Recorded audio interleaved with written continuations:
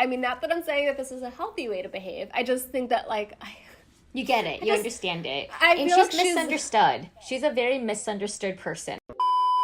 Like, Serene is the type. She is the match, but Victoria F is the moment. I want the moment. Hi y'all, we're Kelly and Julie, and we are here to find love. Today we are doing a Bachelor in Paradise 2022 recap. It is season 8, episode 1. This is our season premiere, and we are so excited. This was juicy. We got some good people on the beach. I really think this season is just gonna live up to the hype. It was just, I was screaming at my TV at several moments last night, so I can't wait to get into it. If you're new here, hi, welcome. We're two dating coaches who analyze the relationship psychology and dating themes in reality TV shows, especially Bachelor shows like Bachelor in Paradise. So if you are into this kind of stuff, hit the subscribe button so you never miss a video.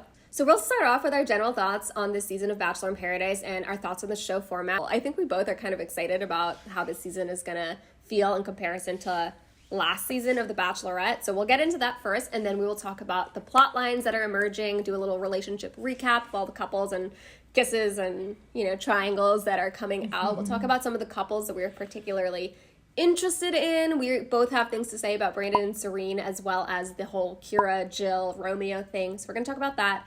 And then we'll end by talking about the people, the characters who are most exciting to us, because there's a lot of them. Okay, let's get right into it. I do think that Bachelor in Paradise, just overall, like as a show format, is just so much more it's good. Interesting, juicy, and also just, you know, it's closer to real life. And I think that's why people tend to enjoy it so much more. I mean, first of all, the season is also shorter, right? It's like 6 weeks long, right? The season is going to be, I think every season of Bachelor in Paradise tends to be a little bit shorter than the seasons of Bachelorette and Bachelor, but this one's only 6 weeks long, and I bet they actually filmed it for an even shorter amount of time.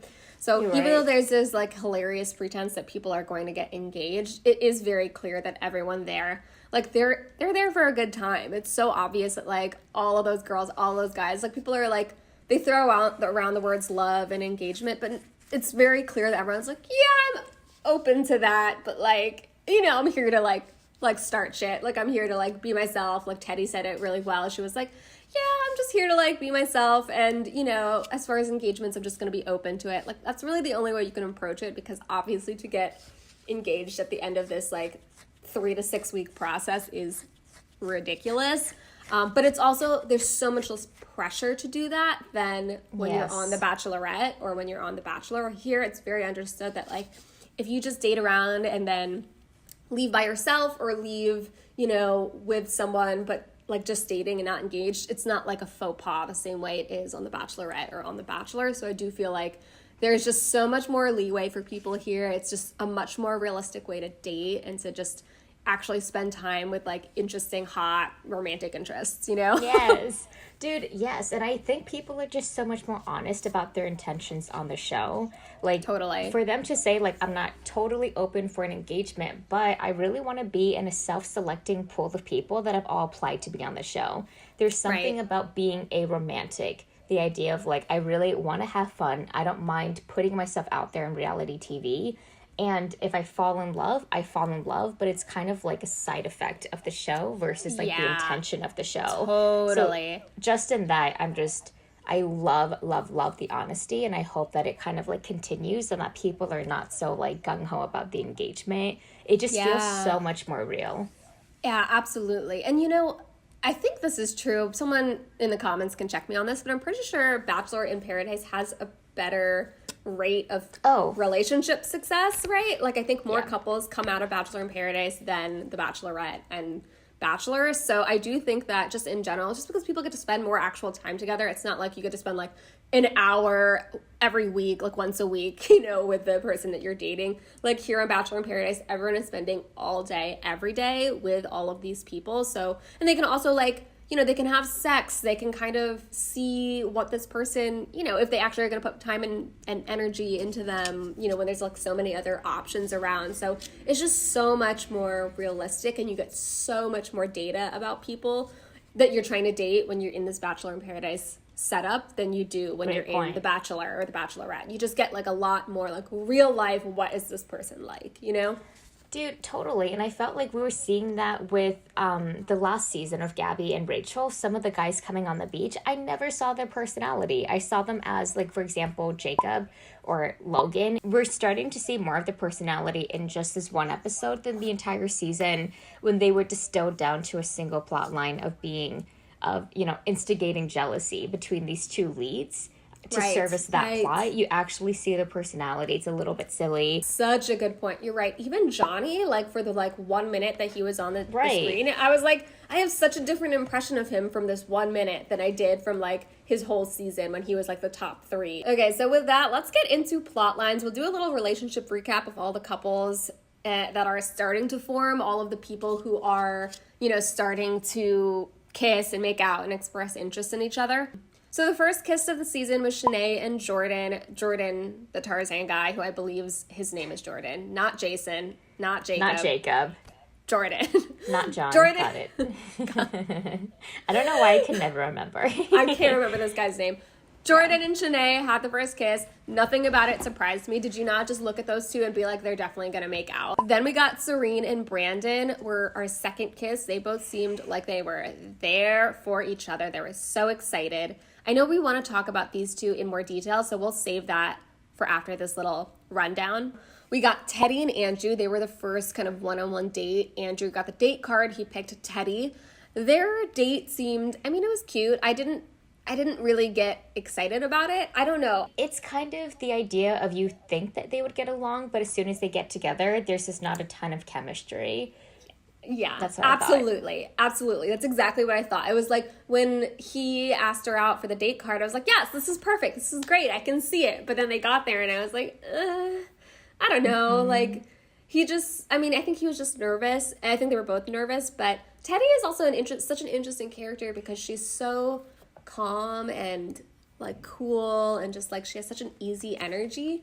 And I don't know. I don't really know what kind of guy I envision with her. I just don't know if it's Andrew, who's so, like, high energy and bubbly, and I don't know. It didn't really click for me, but let us know what you all think. Were you guys excited by Teddy and Andrew? Did you like their date? I'm curious what other people think. Next, we have Justin and Genevieve, which to me, this was like a very fun couple because they were both each of them on their own seasons, they were both kind of like the memes or like yes, they were like kind of secondary characters, but both like prominent secondary characters on their individual seasons. So to me, when I saw these two kind of pair off, I was like, yeah, that just all clicks. But I'm holding out hope for Genevieve and Aaron Clancy. I kind of think that they also had a very similar secondary character vibe on their seasons, and they just seem, I don't know, energetically on the same wavelength. So I like Genevieve and Justin, but I'm kind of hoping that Aaron will swoop her off her feet.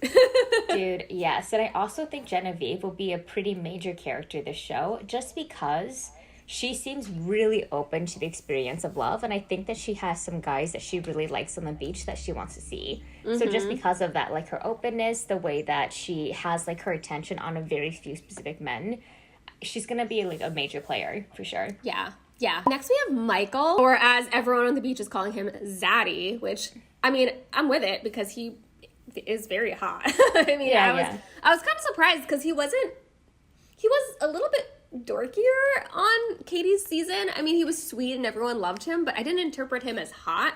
But once he was on the beach, I completely saw what everyone else was saying. I was kind of like, wait a minute, this is kind of like, I'm into it. It was all clicking. And so I think everyone is pretty interested in Michael. It seems like he also talked to a lot of people on the beach. And then the last couple couples, or the last couple pairs that we saw anyway, were Johnny and Hunter. That clicked to me. I don't really know much about Hunter, but she was like a hot blonde, seemed right up Johnny's alley. So I was like, cool, I can see it, move on.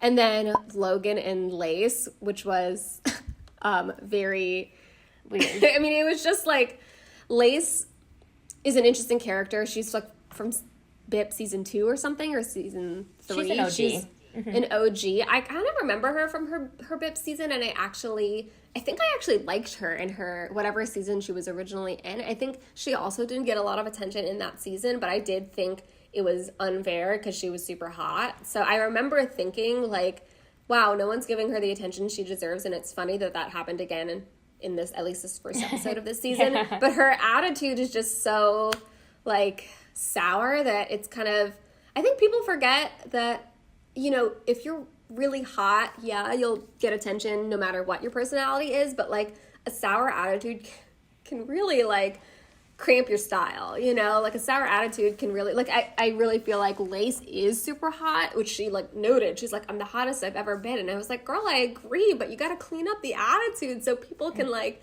you know, enjoy being around you. Like, if your attitude is so bad, then it's like, it doesn't matter how hot you are. People just, like, won't have fun. There's so many hot people on the beach, so your hotness alone is not gonna get you far, at least in this environment, because everyone's hot here. So, you know, that's what I love about this season too, is that they're so used to being like the hottest person in the room that they don't have to do, like, be super great at dating, be super great at communication, be super good at conflict even, because a lot of people are just kind of gloss over that because they're so attracted to them, at least initially. And you can tell that's kind of been Lace's behavior throughout the show, maybe in her life, where she has a pretty sour attitude. She can be really dramatic, and she doesn't really have to, like, change her behavior because she can find a person that will put up with it if this person breaks up with her in the moment. So I think we're going to see more of that. Not a lot of changed behavior, the same behavior. Yeah. Which we definitely see. And then the last kind of triangle couple thing that was going on was the Romeo and Jill and Kira triangle situation, which we also want to talk about in detail. So that's the relationship recap. Those are all the couples that have formed so far. Let us know down below if there are couples that we missed or couples that you are interested in seeing together, people that you want to pair off or that you suspect would be a good match. I'm just curious what everyone else is thinking about. So that's what we have so far. Let's talk about, I guess, like the two main storylines that are starting to pan out, one of which is Brandon and Serene. We know that I've just been all over this guy since he was on Michelle's season. I love him. I think he's such a romantic, and I thought it was so funny that, like, he's into Serene because she literally looks like a carbon copy of Michelle Young. They look so similar. We didn't see a lot of Serene in Clayton's season. When she was on his show, she was, I mean, I always thought way too good for Clayton. I still believe that wholeheartedly. So it was really funny for her to be so into Brandon because I don't think Brandon and Clayton have a lot of similarities physically or personality-wise. Yeah. So it was interesting that they paired off. It was interesting that, like, she was so into him and she was the first person that he put on the beach. It made me think, okay, either Brandon is once again being a romantic, picking someone on the beach, sticking with it the entire time, maybe to his detriment, maybe to the positive, we don't know quite yet. But they do seem like a good match. Their conversation to me didn't feel very sparkly. Did not feel like there was any chemistry. So when they started kissing, I was really surprised. Like, I knew that they were nervous around each other, but it didn't feel like they had a lot of things in common. I think that a funny thing that is happening, because this was actually similar to what I thought about Teddy and Andrew, which was like, when I saw them, I was like, yeah, I feel like this is going to be a good pair. But then when they actually start talking to each other, I was like, I don't know about this. Same with Genevieve and Justin. I think that a funny thing is happening in this season, which has always kind of happened, but it's like everyone has this idea of who these people are based on, like, what they saw on the season, right? Serene has this idea about Brandon based on what she saw in Michelle's season. Brandon has this idea about Serene based on what he saw in Clayton's season. And I think everyone is kind of doing a little bit of this where they all, like, they see each other on social media, they're in the same circles, they kind of have these pre-established, like, notions of each other, but then when they get to the beach and actually start interacting and talking to each other, sometimes there's this awkward thing where it's like this person that I have kind of, like, been gently flirting with on Instagram for, like, a year. Now I'm actually, like, talking to them and it's like, oh, we don't really know how to, like, our energies are, like, different than we imagined, or it's like we built it up so much and we built this person up so much in, like, our own head that I don't actually know how to talk to them now that they're in front of me. Like, there's, like, a weird thing like that happening. Hopefully they'll all shake it off, like, as, like, it's the first day, so I get why everyone is, like, a little bit, you know, nerves. So hopefully they're all going to shake it off and it'll get easier as the, you know, weeks go by. But I definitely agree with that about Serene and Brandon. It did feel very like they had these ideas of each other and that's what they were basing their attraction on, as opposed to, like their conversation was like so weird and awkward, like nothing, like it was like so awkward. Even Serene being like, oh, I don't know too much about you, because on his season he was painted as this hopeless romantic, and Serene was painted as this very mysterious, beautiful girl. And she was like the mysterious hottie. Yeah, exactly, mysterious hottie that didn't really have, in my opinion, I don't think she had this huge heartbreak with Clayton, just because I didn't see any of their connection develop. I didn't see a lot of their conversations. Totally. So I think they're a couple to watch. I noticed in the preview that there was a lot of them kissing, and I really do believe that Brandon is the kind of guy that as soon as he commits to someone, tunnel vision. No one can really like distract him. And Serene, I mean, she is his type, and Michelle was his type, at least appearance wise, and I do think that will carry them throughout the season quite far. I'm really excited to watch them, and I really want to see more of Serene. I want to get to know this girl.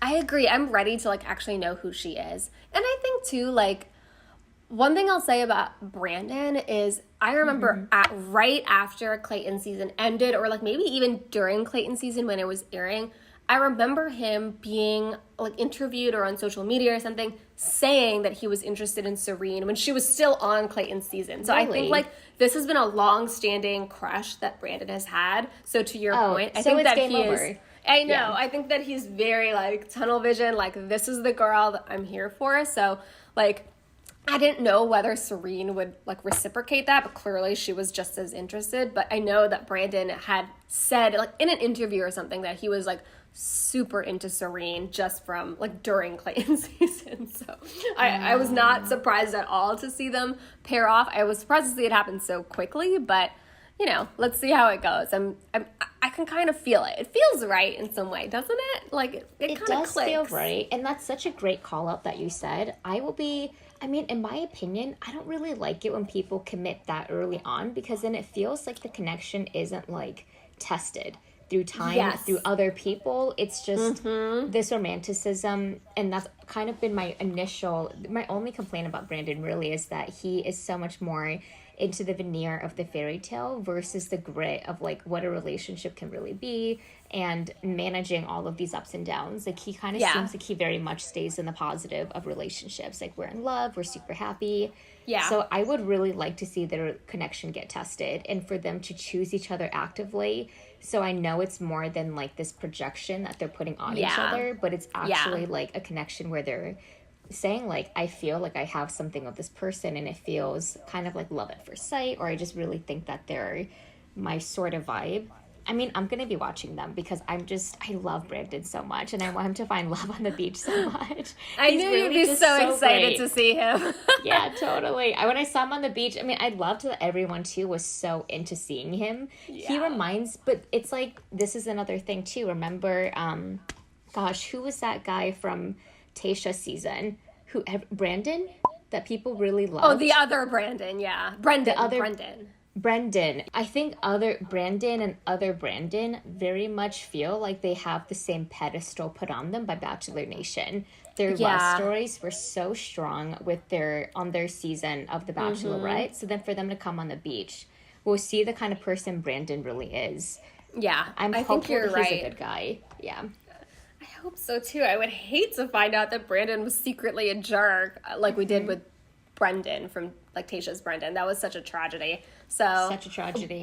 God, if you guys don't remember or don't know what happened with all that, we did cover that season of BIP where Brendan, Piper, and Natasha had their whole drama. We'll leave a link to that video above and below if you want to watch our recap of that whole situation, because it was a situation. Okay, the other kind of main storyline that we want to discuss is the Romeo, Jill, Kira situation. I think this is just such a great example of three people who were just all trying so hard to play it cool with each other, and they just really were not being clear about what they wanted. There was such a lack of directness, such a lack of just transparency between the three of them, and it just created all of this confusion. Like, I think everything that, like, all of the confusion that happened between them had to do with none of them just being upfront about what they were after. And so, okay, so what happened is, or what it sounds like happened is Jill and Romeo were kind of into each other before getting on Bachelor in Paradise, but then Romeo kissed Kira, like, at a club or something, and that shut things down between Jill and Romeo. But now that they're here, it seems like Jill and Romeo want to, you know, they both seem interested in pursuing things with each other. And meanwhile, Kira is still actually interested in Romeo. So that was kind of seems to be what the backstory was with the three of them. It sounds like maybe Jill and Kira were friends until all of this happened. And you do really see Kira being just super messy and rude to Jill, like definitely like fake friend vibes. Like it just felt like very like if Kira was actually Jill's friend, she would never be so disrespectful and rude when Jill is kind of like having her 100%. moment with a guy. Like it definitely felt very, I don't know. It just felt like, you know, those friends of yours who are like friends, but they are just kind of out to sabotage your every move. Like that's kind of what that felt like to me. It just feels like so fake. And this is another thing about women friendships. There's so much subtext happening in their interactions that they're only aware of, but no one else in the audience is privy to, because we're watching them interact and it's like clearly you have some problem with each other that could be something outside of the show, but you're not willing to say it on camera, so you're kind of like moving around it in a really nebulous way. So it makes it hard for me to root for any of them because I don't understand clearly what's going on. I suspect that actually they have not even really discussed with each other the problems that they have with each other. Part of me does also wonder... Or they've wonder... glossed it over, where they're just like, oh, it's totally okay, don't worry about it, but they're seething inside. Exactly. I think they've both probably had issues with each other in the past, but neither of them have said anything. Like, it sounds like Jill came in with a chip on her shoulder, right? She was like, oh, Kira always goes for guys that I'm after. And it's like, have you talked to her about this? Or you're just kind of like seething in the background and calling this girl your friend? And it's like, if she's your friend, you would just talk to her about this. So it's like clear that both of them are like not being very upfront with each other. I mean, Kira is being very messy, but Jill is being messy too, insofar as like she's the one who's having an issue with Kira's behavior, but she's not saying anything to Kira. She's just telling everyone on the beach about how Kira is this messy bitch. And it's like, why don't you just talk to Kira? And like, because like for all we know, Kira doesn't really know what's going on, which, to be fair, like Jill has also been saying to everyone that Romeo is just like a friend of hers who she was close to prior to getting on the beach. Like she has made it clear that her and Romeo were like good friends before. So it actually wasn't actually clear. If I was Kira, I would be confused. It's like, is he your friend?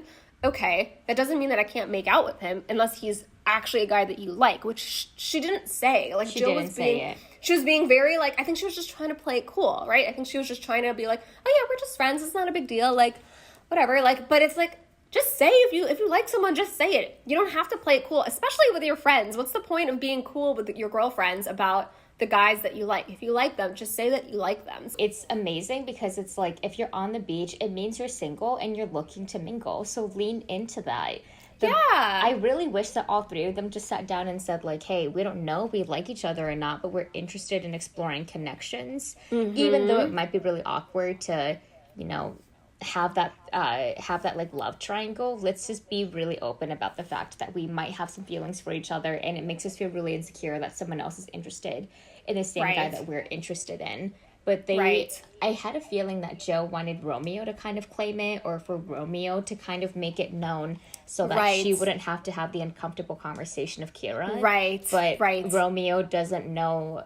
In my opinion, it's so early on the beach, it's early days, that he just doesn't want to go to bat quite yet until he gets more connections or until he knows a little bit more about all of the people on the beach. But just like bad communication styles all around. From everyone, exactly. I completely agree. It just felt like, I mean, Kira was being...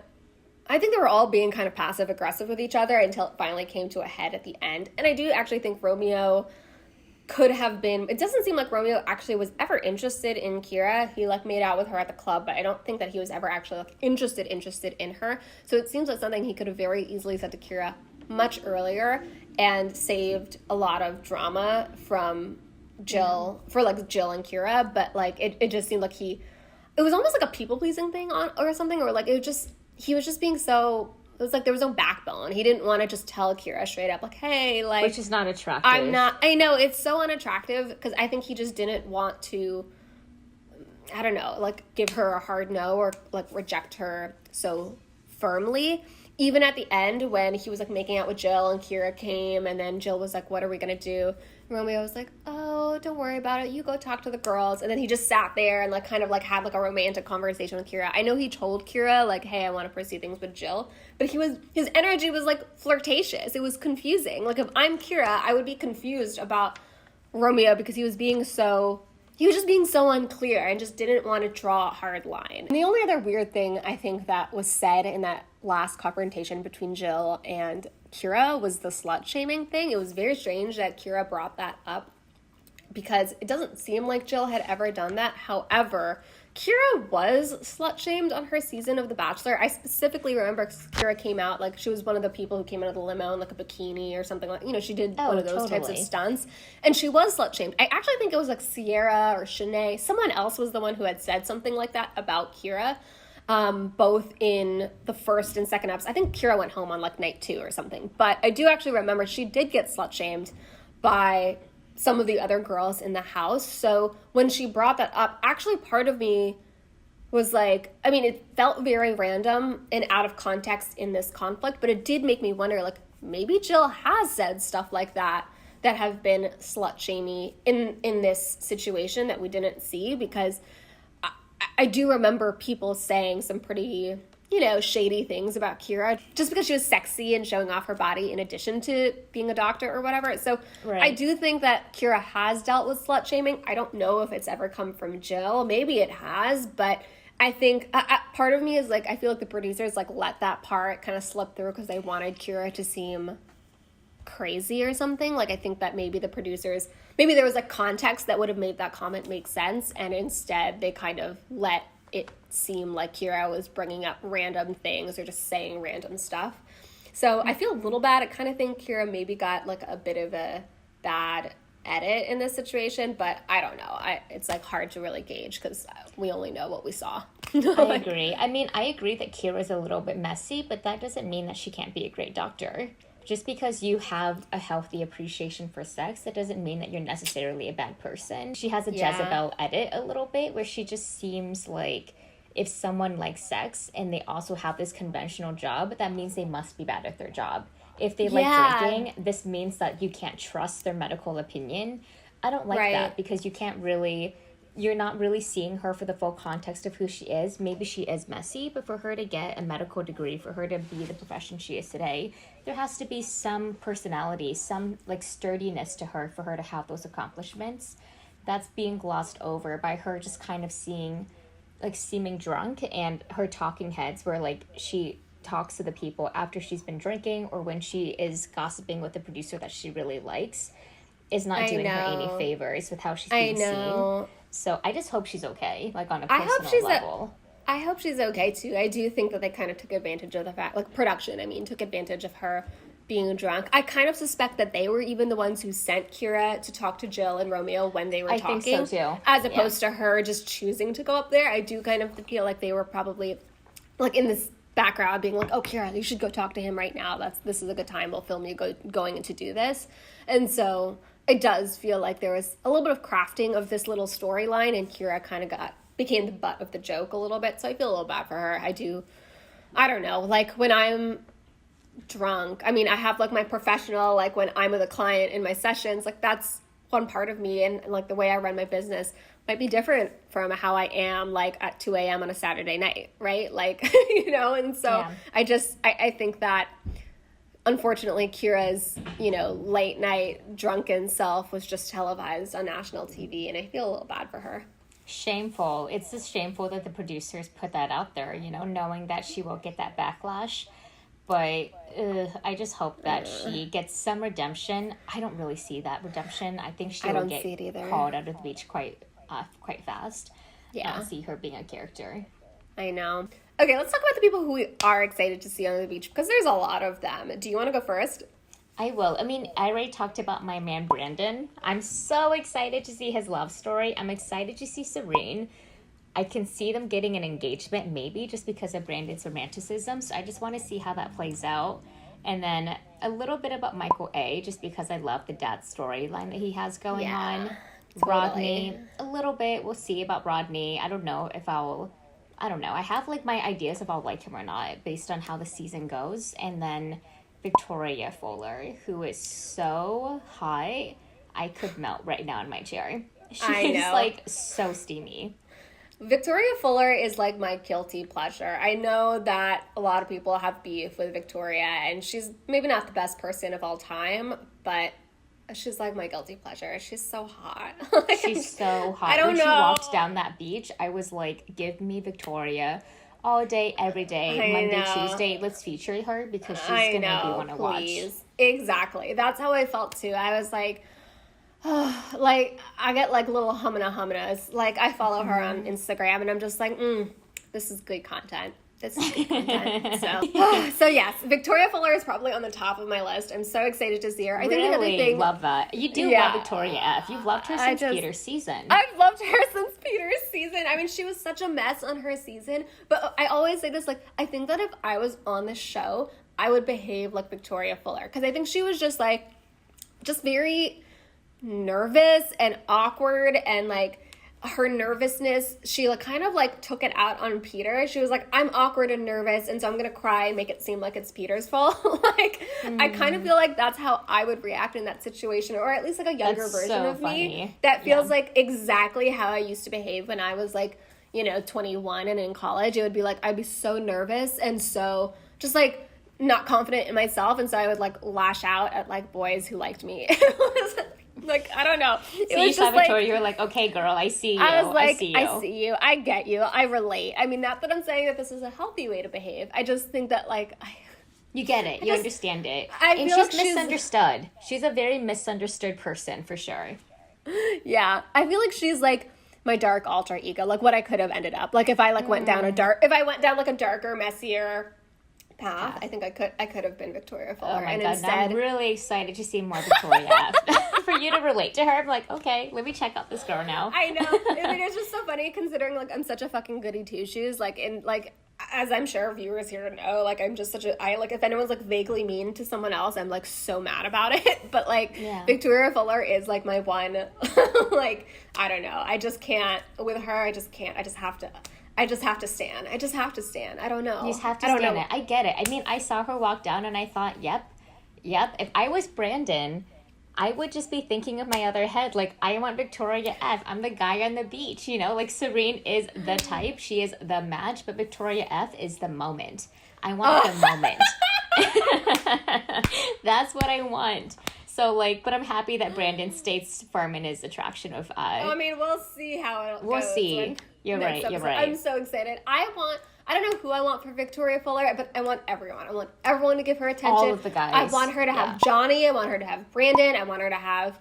Who do I want her to have? Like, truly Johnny would everyone. Be interesting. That's actually a really good match. I know. Johnny, just, if you can get over, like, the white girl thing and get into the Victoria Fuller camp, I think he's going to have a good time. Totally. Like, Good time Johnny with Victoria F. That's going to be spicy. That's the content that we all need and deserve. We deserve that content. We deserve it. We went through a really hard season with Gabby and Rachel. We deserve to see Johnny and Victoria make out. We all deserve it. Whoa. Okay, I love that. I'm going to be watching out for that pairing because now that you said that, that totally makes sense. I know. Because he's so fun and she kind of has this, like, not like a bad girl vibe, but it seems like she just... When she's fun, she's fun. But before then, she's a little bit, like, stoic. Like, her arms are crossed. Hard to get to know. But Johnny's just going to break those walls. I think she's a little toxic. Like, I think she got she's toxic. She got a little toxic thing going on. Yeah. But that's why it has to be good time Johnny. Like, it can't be... See, like, nice boy Brandon, I think I think he'll get fucked up by Victoria Fuller. Like, I don't want someone, like, too nice with her. It has to be, like... It would be a good time nice. Guy. I just imagine them at the cabana just talking and her crying as he just, like, held her in his arms. Like, I do want that for Victoria, but I see more so, like, her storming off the beach, Johnny chasing after her, having a really good laugh, and then them making out on the sand. Oh, yeah. Oh, that's the content. That's the content. I am excited about Rodney. I loved Rodney on Michelle's season. I just think that he's so sweet. You thought he was the one that she should have picked. I did. I really did. I thought that he was just such a good match for her, and they had such a good vibe and good connection. But I am excited to see who he'll pair off with. I kind of think in one of the teasers they showed him with Lace, which seemed so weird, like a very weird match, because Lace also has got a little bit of toxic energy and a little bit of, like, she's not the person I would ever imagine with Rodney. Rodney is so sweet. I want him to be like a nice, good girl. And then I guess Michael. I'm curious to see who he's gonna match with. I'm just interested to see who it's gonna be. I can see it with Sierra, but also part of me doesn't see it. So I don't know see it either. I feel like I would have loved for him to be the Bachelor, and maybe this is his Bachelor audition, because you know how they did that with Nick Viall. So this could be Michael's moment to kind of see if production thinks he's worth sinking a season into. Because, right? And I also think because he's a dad, he will be a little bit more discerning about the match, where he's really showing his kid on TV.